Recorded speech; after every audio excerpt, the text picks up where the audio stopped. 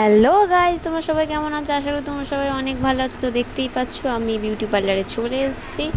তো আমার চুলটা আজকে স্মুথনিং করাবো। তো আমার অনেক দিনের ইচ্ছা ছিল, তো চুলটা স্মুথনিং করাবো। প্রথমে চুলটা শ্যাম্পু করে নিচ্ছে, তারপর চুলটা হেয়ার ড্রায়ার দিয়ে শুকিয়ে নিচ্ছে।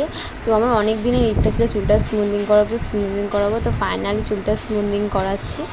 তো বলতে পারো এটা আমার এক ধরনের শখই ছিল। তো তারপরে দেখো শুকানোর পরে চুলে ক্রিম অ্যাপ্লাই করে নিচ্ছে। ক্রিমটা অ্যাপ্লাই করার পর কিছুক্ষণ রেখে দেবে, তারপর চুলটা ক্লিন করে নেবে। তো তোমরা ততক্ষণে লাইক কমেন্ট শেয়ার সাবস্ক্রাইব করো, ততক্ষণ চুলটা আমরা ক্লিন করে নিই। তো তারপরে ক্লিন করার পর আবার হেয়ার ড্রায়ার দিয়ে শুকিয়ে নিতে হবে। তো হেয়ার ড্রায়ার দিয়ে শুকিয়ে নিচ্ছে। তো ভালো করে শুকোতে হবে, কোনো ভিজে না থাকে। ভিজে থাকলে তাহলে স্ট্রেটনার টানা যাবে না।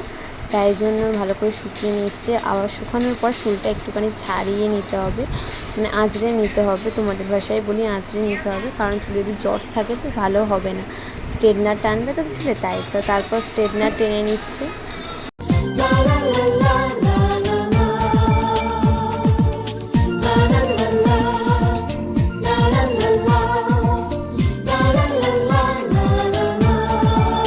স্ট্রেটনার দেওয়ার পর তারপরে এই ক্রিমটা অ্যাপ্লাই করে নিচ্ছে আমার চুলে। ততক্ষণ আমার চুলে ক্রিমটা অ্যাপ্লাই করুক, ততক্ষণ তোমরা লাইক কমেন্ট করতে থাকো। কারণ তোমরা যদি ভালোবাসা না দাও আমি বড় বড় ব্লগ আনবো কী করে? আর ব্লগগুলো তো তোমাদের জন্যই আনা, কারণ তোমরা আমার বিষয়ে জানতে পারবে, আমি কখন কি করছি সেটা জানতে পারবে।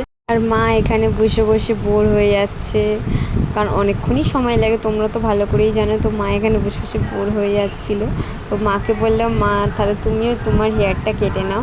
তো মা না কিছুতেই না করছিলো। তো তারপরে মা হেয়ার কাটতে বসে। তো এখনও পর্যন্ত আমার চুলে ক্রিম লাগানো হচ্ছে, তোমরা বুঝতে পারছি না কত সময় লাগছে।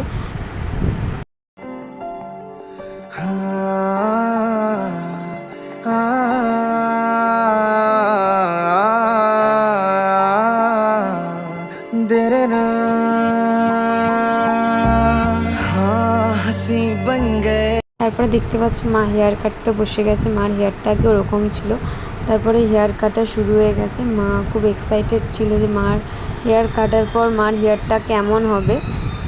তো আন্টিটা খুবই সুন্দর করে হেয়ার কেটে দিয়েছিল, তোমরা সেটা দেখতে পাবে। আর খুব যত্ন সহকারে হেয়ার কাটছিল। তো মা খুবই এক্সাইটেড। তো চলো মার হেয়ারটা কেমন হলো আমরা দেখে নিই। মার হেয়ারটা কাটার পর ঠিক এরকম দেখতে লাগছিলো। তারপরে আন্টি আর একটু হাত দিয়ে দেখিয়ে দিচ্ছে কেমন দেখতে লাগছে। তো তোমরা দেখো হেয়ার কাটটা কেমন লাগছে, তোমরা কিন্তু অবশ্যই কমেন্টে বলবে মার হেয়ার কাটটা কেমন লাগলো তোমাদের। পুরোটা দেখতে এটা হচ্ছে পুরো ফাইনাল লুক। তোমরা কিন্তু অবশ্যই কমেন্টে জানাও যে এই হেয়ার কাটটা কেমন লাগলো।